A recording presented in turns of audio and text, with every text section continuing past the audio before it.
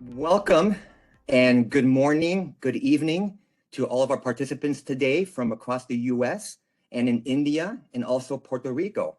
My name is Dan Giovina. I'm an international trade specialist with our US Commercial Service Office in San Francisco and also a member of our global education team. I wanted to thank you for joining us today for the Simple Ed Student Recruitment Tours to India webinar, which will also include an education market briefing by our US Commercial Service team in India. Next slide. On today's agenda, before we go into the agenda, I wanted to go around and introduce today's speakers. So first we have Yasir Ansari from Simple Ed. Yasir.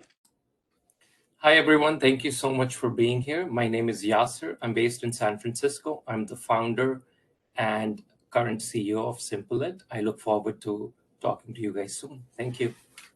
Thank you, Yasir. Also, Ephraim Tripp from Simple Ed. Hello, everyone. I'm Ephraim, and I work as a university partnership executive here at Simple Ed, and I'm excited to be able to talk more about India today. Thank you. And then we have our colleagues in India. We have Lee Brayman, Foreign Commercial Officer. Lee.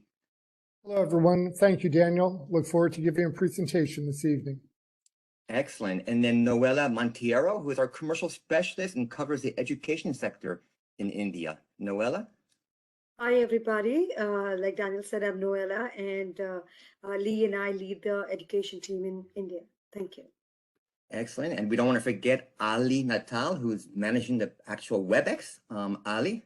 Thank you so much, Daniel. I'm Ali Natal. I'm an international trade specialist in our Philadelphia U.S. Commercial Service Office covering education.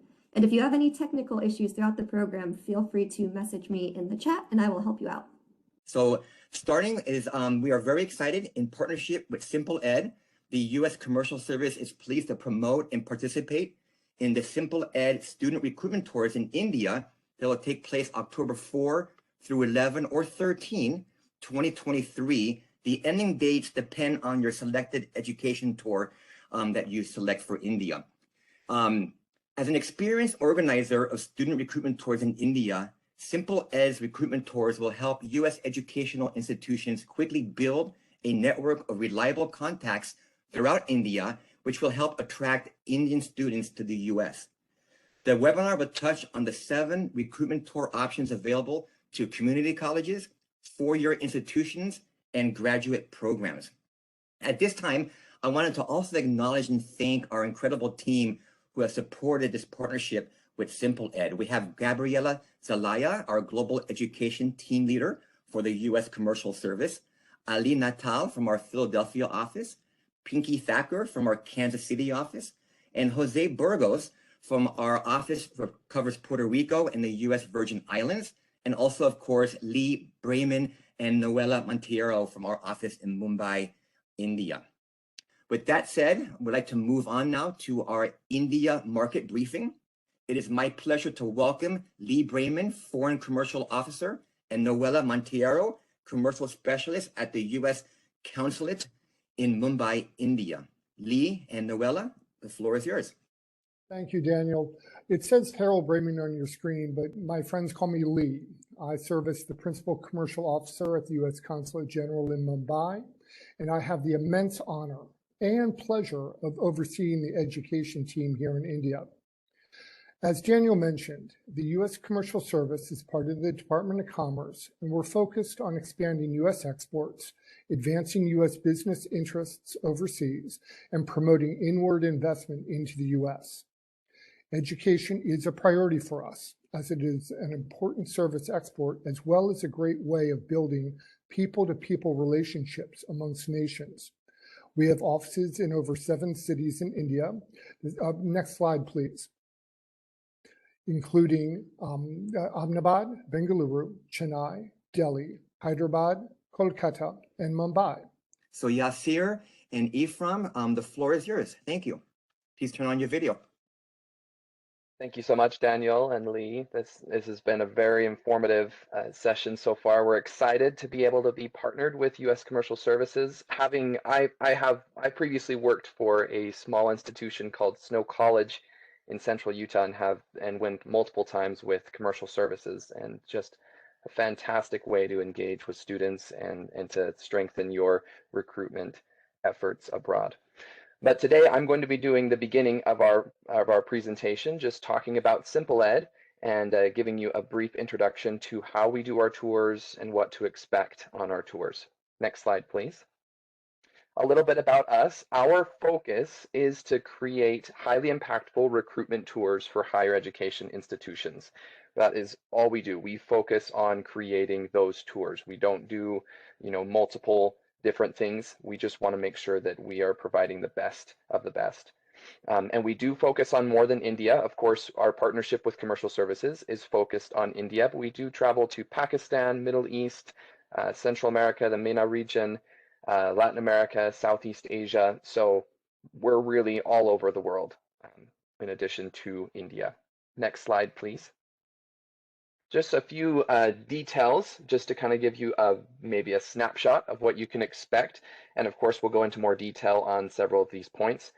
What you can expect is about 3 institution visits per day, under 10 tour participants. Now, the purpose of that is to make sure that each of our institutions gets a good amount of face time with the students and counselors, as we really focus on making sure each high school visit is very, very good, that it makes sense, that we're not just showing up and hoping that students talk to us, that we are engaging with the students very actively. And we'll talk in more detail about how that's going to work.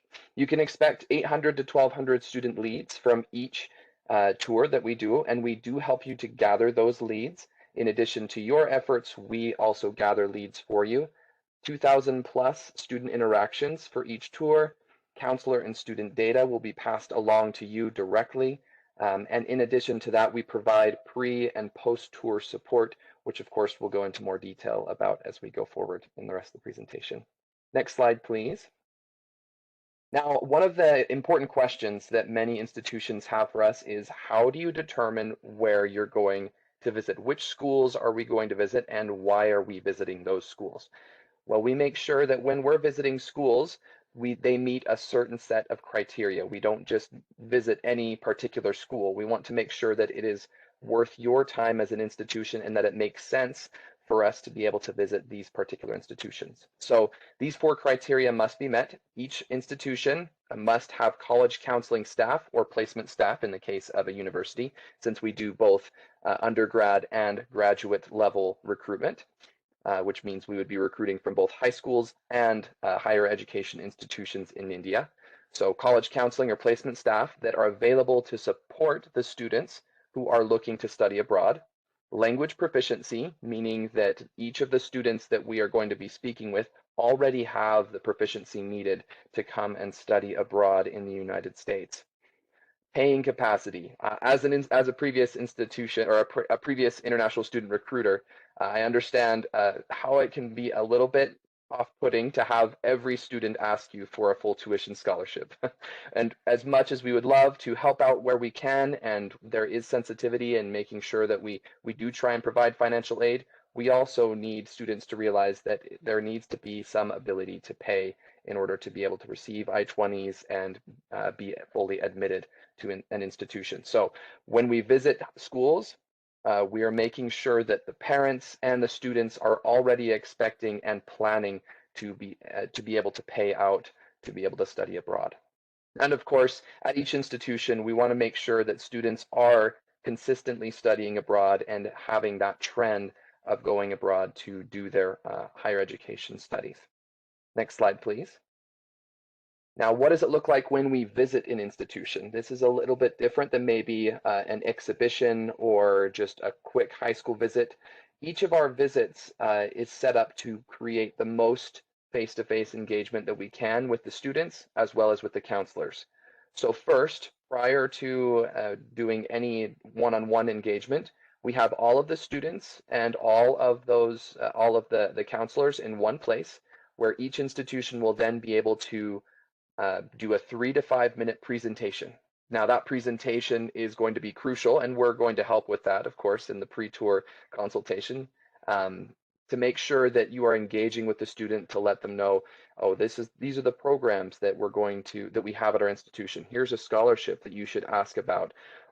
All sorts of different things that you can talk about to kind of hook the students, to help them to have the right questions and come and engage with you in the second step.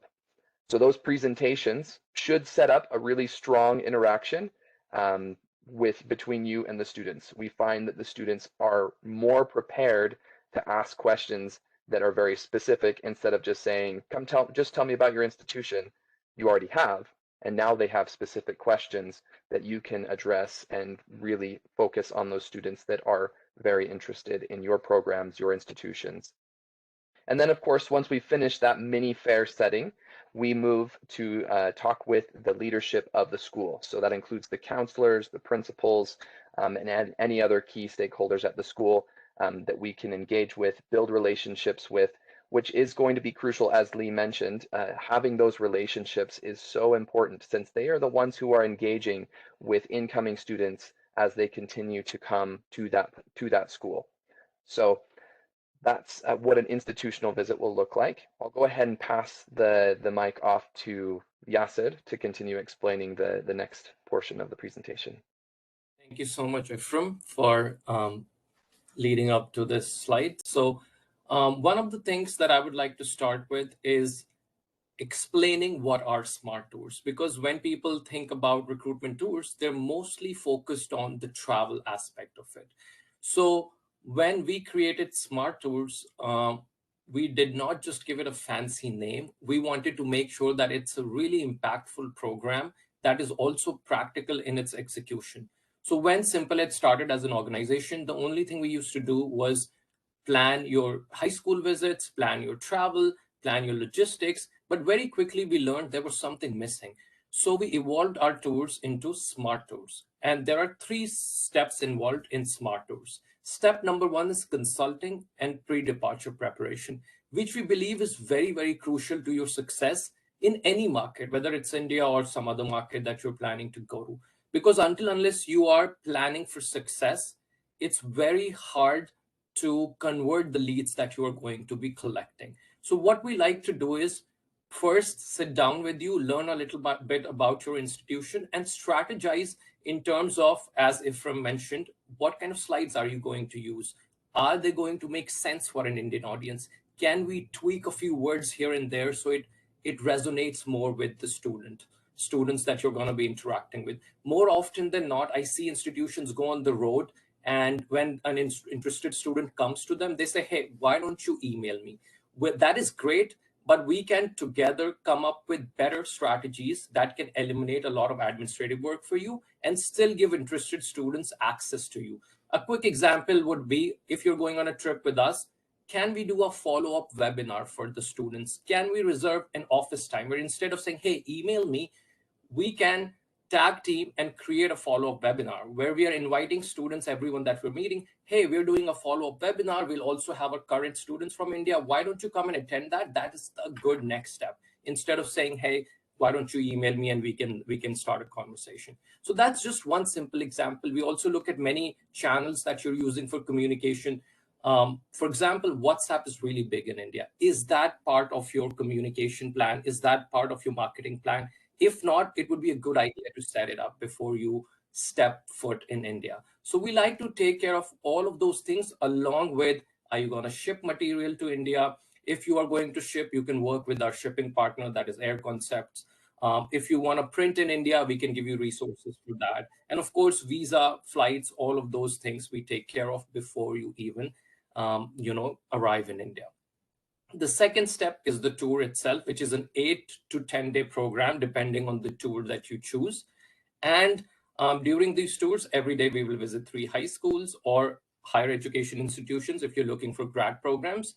And in the evening, we do programming with Education USA or US Commercial Services or a mini fair in one of our partner high schools. But we'll talk more about it as we keep moving forward. The last step and the third step of our program is follow-up and re-engagement. And I think this is one of the most crucial steps of the program, because we help you connect with the right fit students. And as Ephraim mentioned, most of the students that you will connect through us have the paying capacity, have the language proficiency. So they are relatively motivated and easier to convert, but we still need to work on these student leads and we still need to engage them. So if we have decided a good plan in the pre-tour consulting step, our team helps you execute that program. So for example, if you wanted me to come and join your webinar, I'd be happy to do it. Ifram would be happy to do it. If you wanted our team in India to call everyone, all of your leads that you have collected, and just send them a message to invite them to your webinar, we'll be happy to do it. I know I keep saying webinar, but there's many different ways to engage. That's just one of the examples that I'm using. So the idea behind the follow-up program is that while you are done with your tour and you are traveling back to United States, our team can tag team with you and start the follow-up and re-engagement process so we don't lose on the momentum that you have built. Because sometimes we see that by the time you get back to your office, you have 500 emails to answer and you get so busy with your work that sometimes following up takes a backseat. And we really want to make sure that we are enhancing your ROI and working as your partners and supporting you in every way possible. That's why we included the step 3 in our program. Next slide, please. So I do see there are some questions in the chat box. I would address them as we move forward. So one of the questions is, are tours with Simple Ed limited to US schools or are they open to schools from other countries? That's a really great question. We started with only US schools and we mostly work with US schools. I think 95% of our partners are mostly US institutions, but we do work with other institutions also. We have worked with Study Malaysia. They brought in 7 institutions from Malaysia. We worked with Turkish universities, Chinese universities, but our focus remains United States.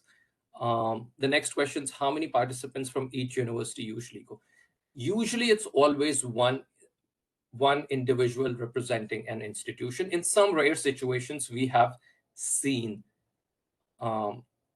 is the tour open to independent counselors? Are we talking about school counselors or are we talking about, I'm not really sure. But in order to no, in order to participate in any of our tours, institutions need to be, the person traveling with us needs to be a full-time staff member of that institution. It cannot be a third party. It cannot be someone that they've hired for that specific purpose. The institution must be accredited and it must be a degree granting institution. So we only like to work with institutions directly. Unfortunately, at this point of time, we do not allow any third party or independent counselors to be part of the tour. In rare situations when we have allowed that, it is a full-time in-country representative of that particular institution. In that situation, yes, if that is the case, we are more than happy to accommodate that. All right, so let's move on to the next slide, which is a typical day. So during typical day, regardless of what tour you choose to join, we will all meet in the morning for breakfast. If you like to have your breakfast alone, you can do that. If you want to join us, you're more than welcome to do that as well. After a quick breakfast, we all meet in the lobby where we give all the institutions a briefing for the day, where we are going, what's the itinerary for the day. Also, we form a WhatsApp group during the tour. So a night before, you already get a virtual briefing of what's going to happen the next day. And all the itinerary is already on the tour app that you will be a part of once you join the tour. But regardless of that, sometimes there are last minute changes or sometimes we are busy and we don't get a chance to really look at the app. So we like to do a morning briefing. This is a great opportunity to ask any questions, or if you need to go back to your room and grab some more materials, whatever you need to do, we try to do that. That's why we reserve 10-15 minutes for the morning briefing. Then we all get into our respective vans. One of the commonly asked questions is, so how are the tours going to look on the ground? So typically what's going to happen is we're going to stay together in the same hotel, and there will be a different van, let's say for community colleges, and there's going to be a different van for four-year institutions, and there will be a different van for grad programs. So although we're staying together, dining together, having breakfast together, we will all go our separate ways, which will be separate tours. So obviously grad tours will go to higher education institutions, and they will focus on workshops with students looking for graduate programs. And we will all, for community colleges, go to different high schools that are more local high schools that cater to students that are a little more price sensitive, whereas four-year institutions will go to a mix of IB schools, Cambridge schools, and premium local schools, where we want to make sure, like we said, the students have the paying capacity. Most students have a little bit of travel history, so visa issuance is not going to be a big problem for them. So our job, you can think of us as matchmakers also. We like to really drill down into, okay, there's like 1 million schools in India, which 25, 23 are going to be the best fit for the universities that are visiting with us. And we really take a lot of time, a lot of analysis to finalize those institutions that we will visit. So as it says, we'll visit 3 institutions during the daytime. By the time we're done with the 3rd visit, it's about 2 to 3 p.m. We have a quick lunch, and then we go to our evening programming. We work very closely with Education USA. They're always very generous and very helpful. So sometimes we have evening programming with them. If we do not have an opportunity to do a programming, what we always do is a visit to Education USA Center. We believe it's crucial to connect with the advisors in all of the centers and learn about all the resources they have available for you.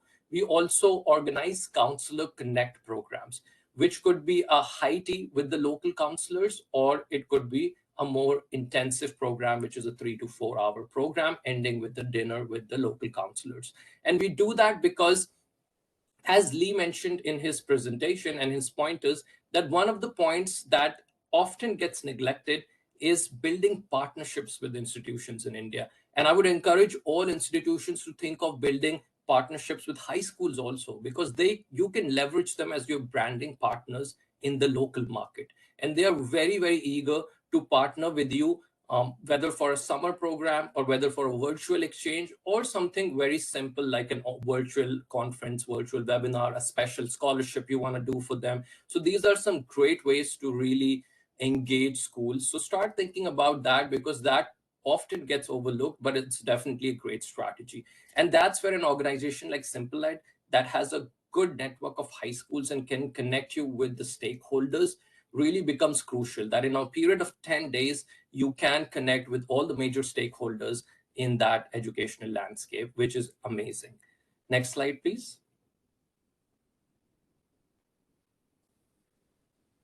All right, so one of the most frequently used tool in a international student recruiters kitty is fairs, and the other is agents. I think Lee has already touched on agents. And I also want to talk a little bit about fairs, especially in context of India. So one of the things that Lee already mentioned, that India is often looked at as a grad market and grad market only, which is true in certain situations, especially from a US perspective.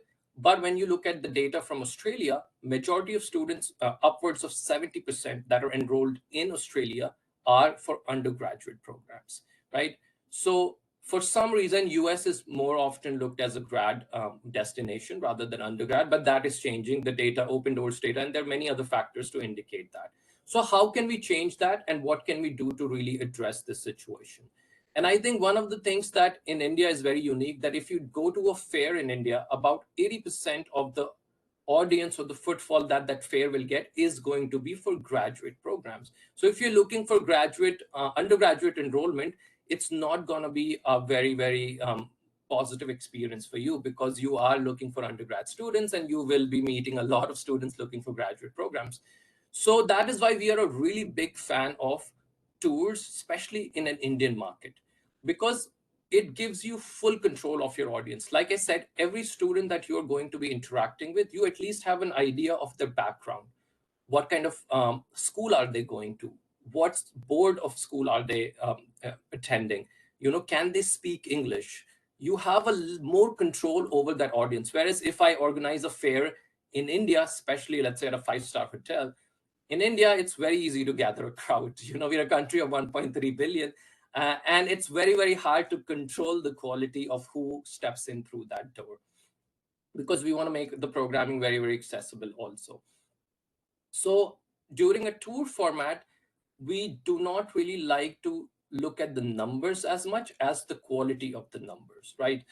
So every student that you're meeting, every school that you're going to, even if you get 5 really high quality leads from every school, you can multiply that by 22, 23, and that's a really, really good number if you focus on conversions, right? Whereas if you go to a fair, you will get tons of leads, but you really don't know even if the phone number is correct, even if the email address is correct, and what is the background of these students. And as Ifram shared, a lot of students come to fairs and are often looking for full scholarship or not, or just coming there to shop around without the seriousness. Um, the next thing that we hear a lot from institutions, especially about India, unfortunately, is that there is a little bit of fraudulent activities happening, but both in both scenarios, whether it's coming through an agent or if it's coming from the student directly. When we're working through schools, we've almost never seen any kind of fraud because we know their principals, we know their counselors, and we can easily get access to them if we think a transcript is not right. And we also know, does this school cater to a body of students that can afford a US education or not? So I think there's a lot more control than a fair medium. Obviously, through a tour medium, we completely eliminate the middlemen. We put you in front of the students, we put you in front of the counselors, and we kind of take a back seat and let you network, let you talk to each other. So we don't control any of the communication. You get complete access to students, their emails, their phone numbers, whatever they volunteer to share with you. The next point that often gets overlooked is networking with educators in that specific region. Here, it's India. And I think that is so crucial. If you're traveling to India and you're adding people to your LinkedIn, you have a plan to go back to US and send them a little bit of trinkets and build that relationship. It will really go a long way, and they will be very, very eager to work with you.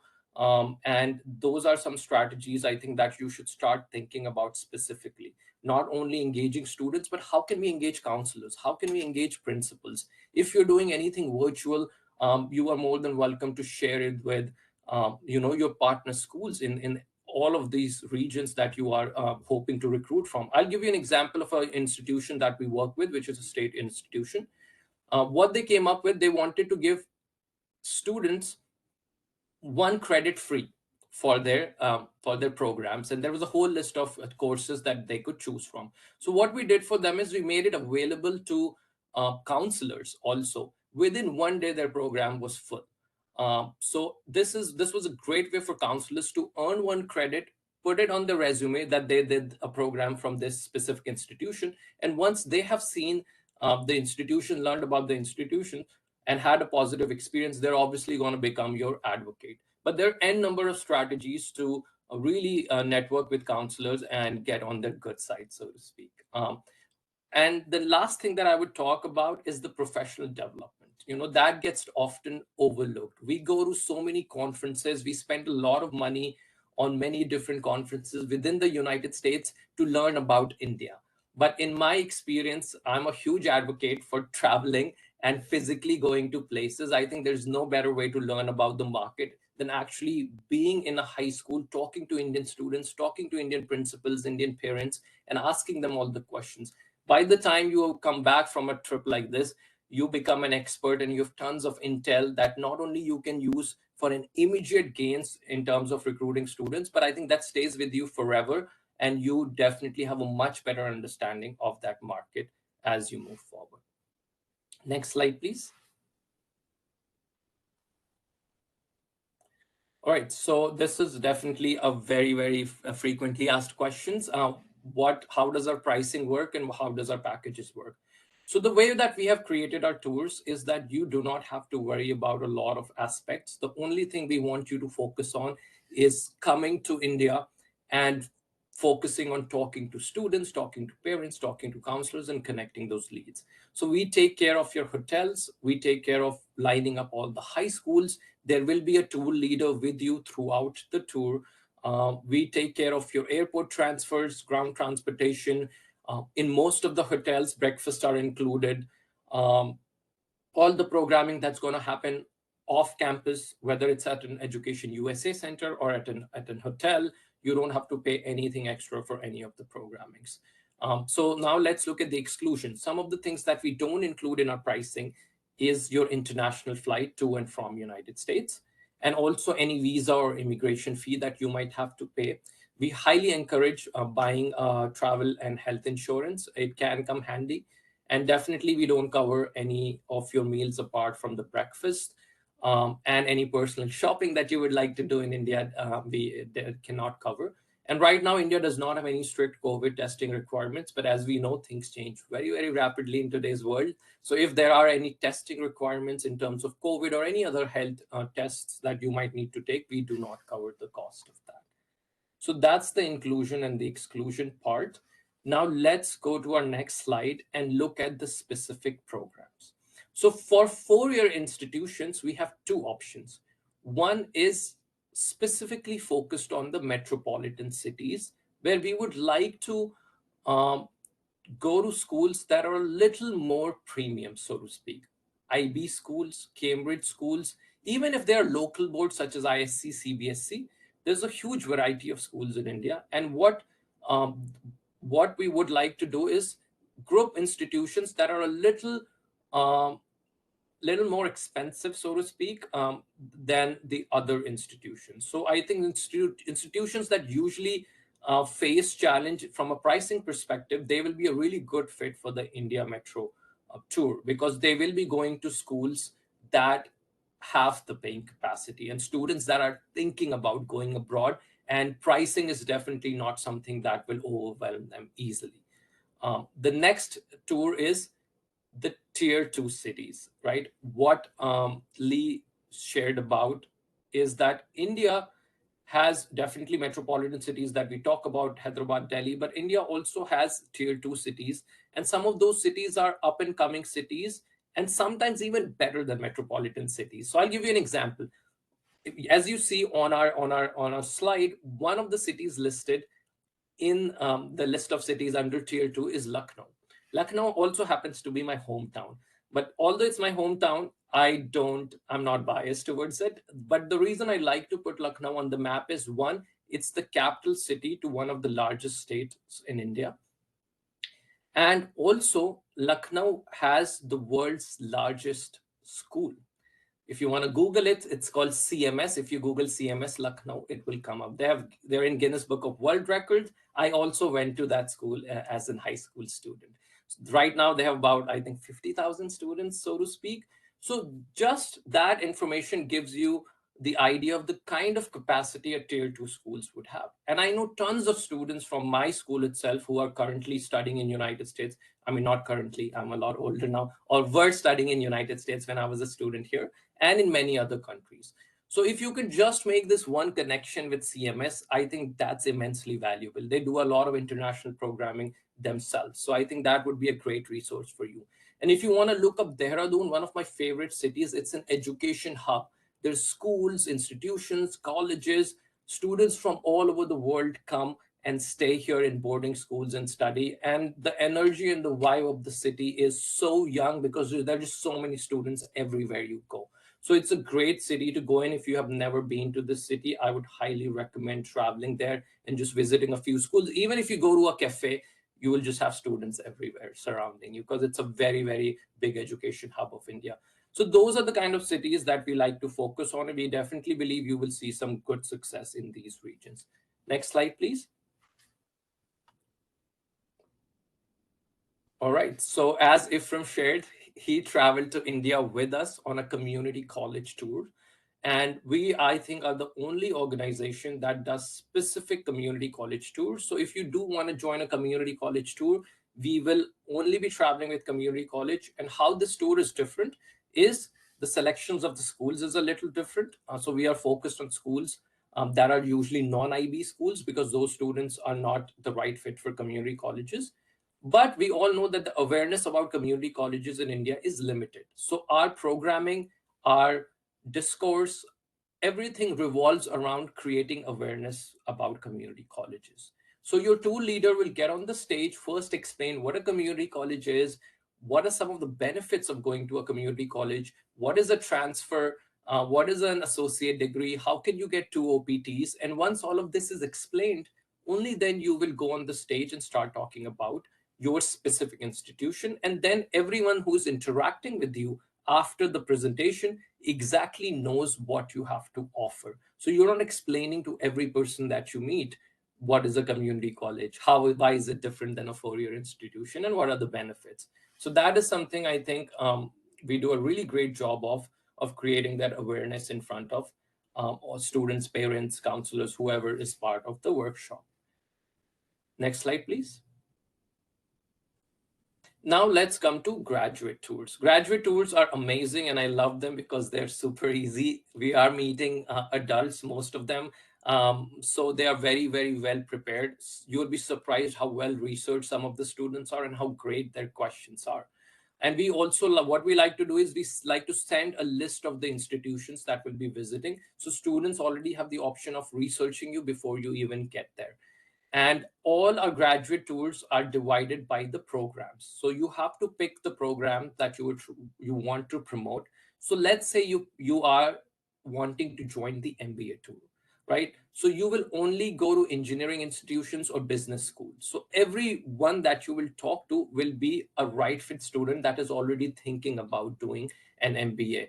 So they will be very, very eager to learn from you and learn about your program. And I think the ROI for graduate programs obviously will be a lot higher than undergrad, and students, I think, are very, very interested. So all the cities that we have selected are cities where we see most of the graduate students come from. Hyderabad definitely is one of the consulate that produces the most number of F1 visas, I think, anywhere in India or maybe anywhere in the world also, but I might be wrong. I think Lee and Noella can speak more about that. Yeah, so I think there was a little bit of confusion about the graduate tours, how it's going to work. The other question that I got from some of the institutions are, can I do both? So the answer is yes. But once again, remember, in the morning, once we're done with our briefing, you have to decide which one you are going to get into. So if you want to mix and match that I want to go to 10 institutions to promote my MBA program and 10 institutions to promote other STEM programs, that is possible, but we would need to work together before you sign up in order to help you decide if that might be a good fit for you.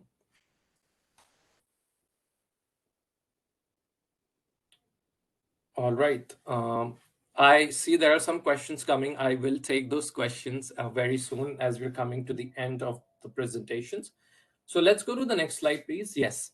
So this is a brief, calendar to show you how the tour is going to play out. So obviously, one day before the tour, everyone reaches and we have an orientation, welcome dinner, we hang out together, get to know each other and set the tone of the tour. And then every day we spend about 2 days in each of the cities before we fly to the next city. And as you can see, all the cities are mentioned here.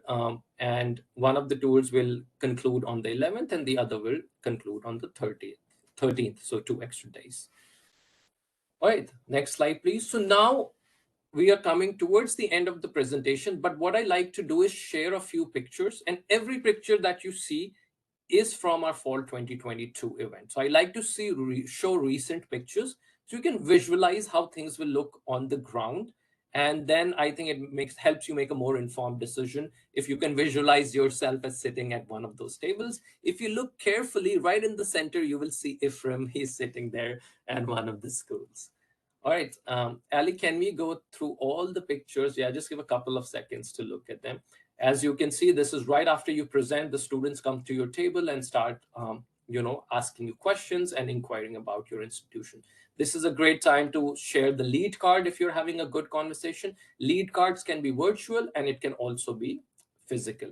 I really am an advocate for virtual because spelling errors and reading handwriting sometimes can be very, very challenging. Next one, please. This is a picture from our Ecuador trip. So as you can see, same concept. We do our presentations, then we allow students to come and interact with you. And sometimes students really like to surround you because they're very excited and enthusiastic. Next slide, please. And as you can see in this slide, usually the tour leader starts the presentation. In this presentation, if you look behind me, it says my story. I came to United States as an international student. I went to one of the SUNY schools and had a great experience. So sometimes I like to share with the student body how life-changing that experience is and how much it impacts you beyond just getting a degree and changes you as a person, obviously for the better. And students really sometimes connect with that. So sometimes, depending on who your tool leader is, you can use them to educate the student body about, let's say, a community college concept, or there's a question coming over and over again. We like to address them before you get to go on the stage, because once again, we want to eliminate you repeating the same pitch over and over again like you do in a fair setting. Next picture, please.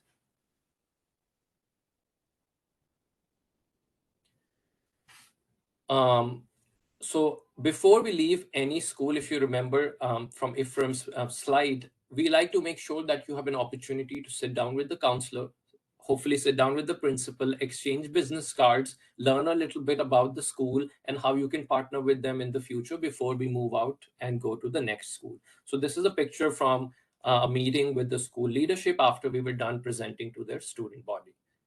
Next slide, please. Once again, pictures from our meeting with the counselors. I don't know if you guys are aware, Graded is a very, very premium school in Brazil, and we have a great relationship with them. Next slide.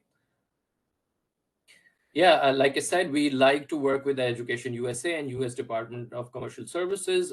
We did a program in the American Center, which is right in the heart of New Delhi. And there were, if you can see in the back, this was a hybrid event. We had about 250 families and students join us virtually, and about 50 students and parents join us in person, along with a few members from the press.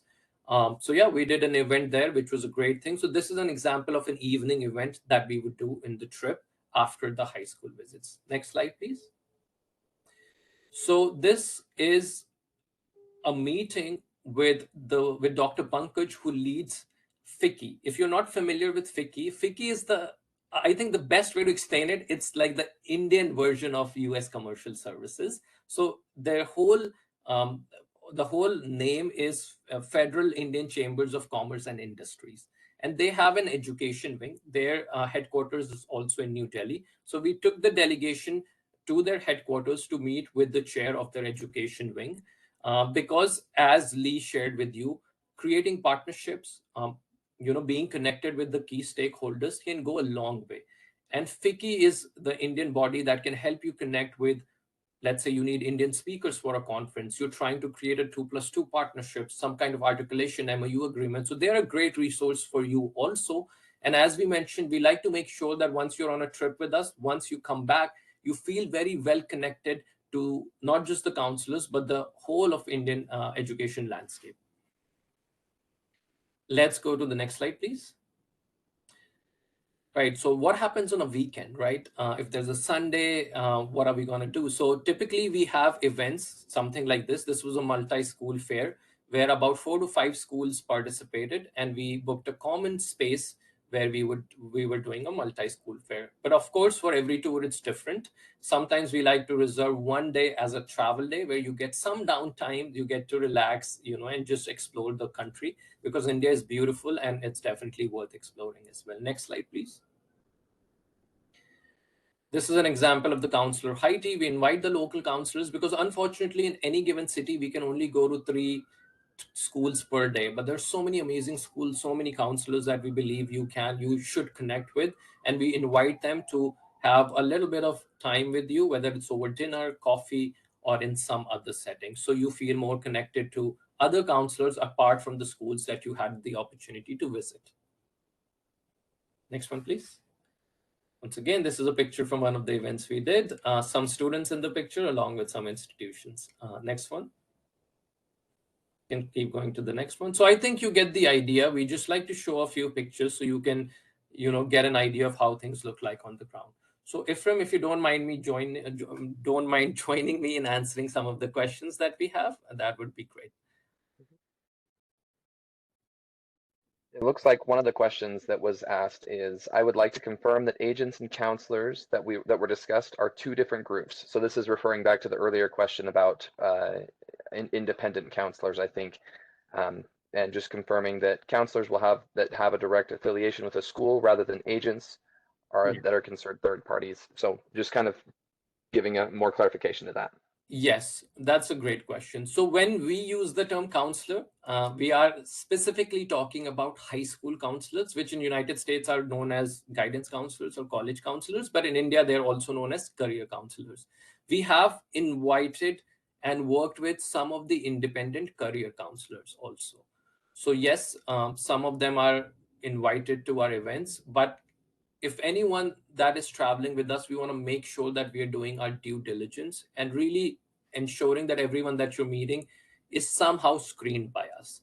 So unfortunately, we do not just invite different agents to come and attend the event. But what I've seen on the trips, sometimes institutions that are traveling with us, if they have agents in that specific city, they would invite them over dinner into their hotel, or they would go to their offices after the school visits and do quick office visits. So if that is something you're interested in, you're more than welcome to do that. And I think most agents would be happy to come and meet you, because most of the hotels that we book are in a very strategic location, which is almost in the center of the city. So they would all know where it is and would be easily accessible for them to come and meet you if that is something that you want to work with. Perfect. Another question that maybe would be good for you to add to is one that talks about, I'm a college recruiting manager for a hospitality graduate program with a large public institution. Would the MBA tour be a good fit for our program? So maybe kind of giving more thoughts on that. If the MBA tour, non-STEM, what's going to work best for them?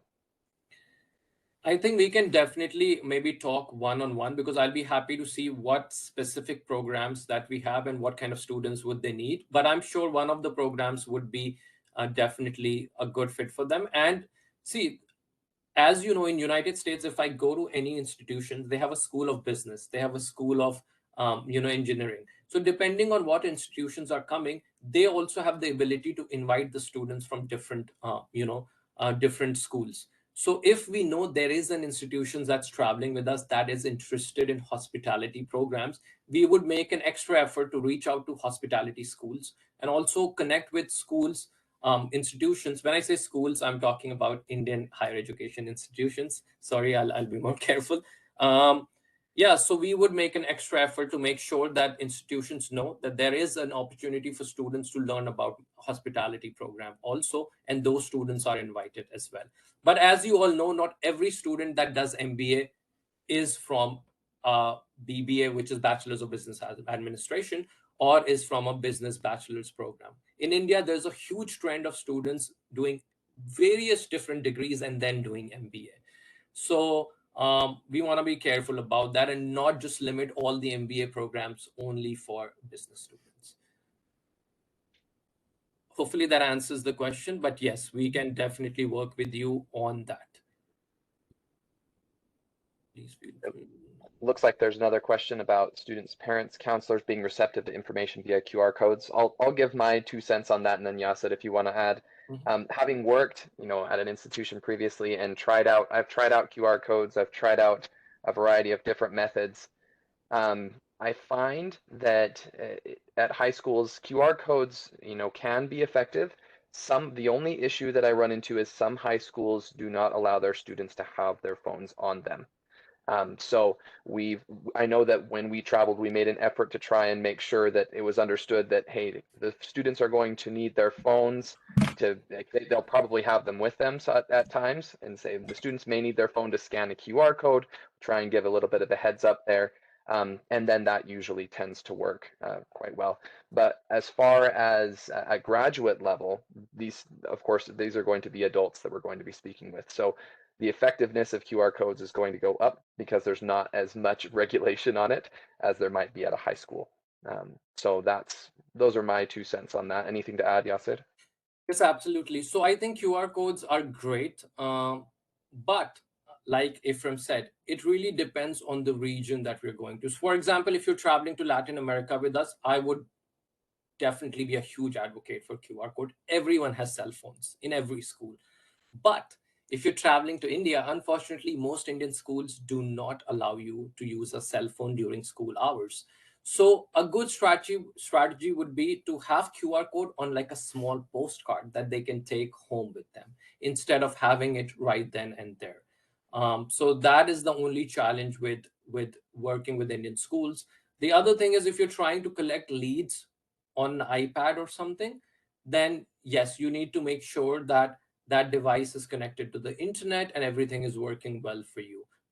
Because once again, in India, access to internet is great on the phones, but if you are coming with the T-Mobile SIM card, sometimes there might be issue and you are not able to work with the customer service because you're in the different time zones. So being careful with that is important. So I always say that always have some sort of offline lead collection process in your back pocket to pull out whenever you need it, whether those are lead cards or just a simple sheet where students can write their name, phone numbers, and email addresses so you can get back to them. If your iPad died, ran out of battery, or somehow the internet's not working, so you always have that sheet that you can pull out. That works really, really well. Something else to note as well, we will be helping with the lead collection process as well. We'll pass along any leads that we are successful in gathering.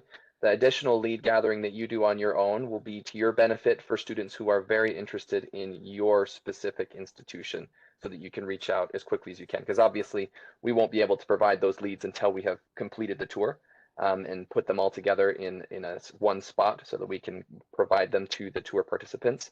So if you are gathering leads that are very interested in your institution, you can follow up with them as you go and possibly even set up in-person meetings with parents at a separate time. That's something that's always good to be able to do a quick follow-up while you're in country as well. Great, thank you. So I can see Ephraim has shared his Calendly link in the chat box, and I've shared mine also. If someone wants to reach out to us and schedule a quick meeting, please feel free to do so. Yeah, thank you.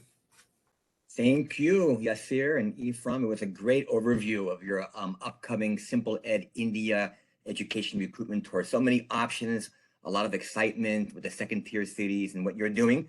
So thank you for the partnership and great presentations. Thank you, Lee, and your team there, Noella, in Mumbai, India. And Jose Burgos from Puerto Rico, welcome. Jose is part of our team here working on this partnership, and we'll introduce you, Yasir, afterwards as needed. But for all the participants, again, I want to thank all the speakers, great, insightful sessions. Thank you for the participants for joining. I'll be sending a recording out in a few days and more information afterwards to all of those that were here today and all of those who may have missed today's webinar but actually registered will be getting more information. So if there's no more questions, everybody have a wonderful rest of the day. And goodbye. Thank you.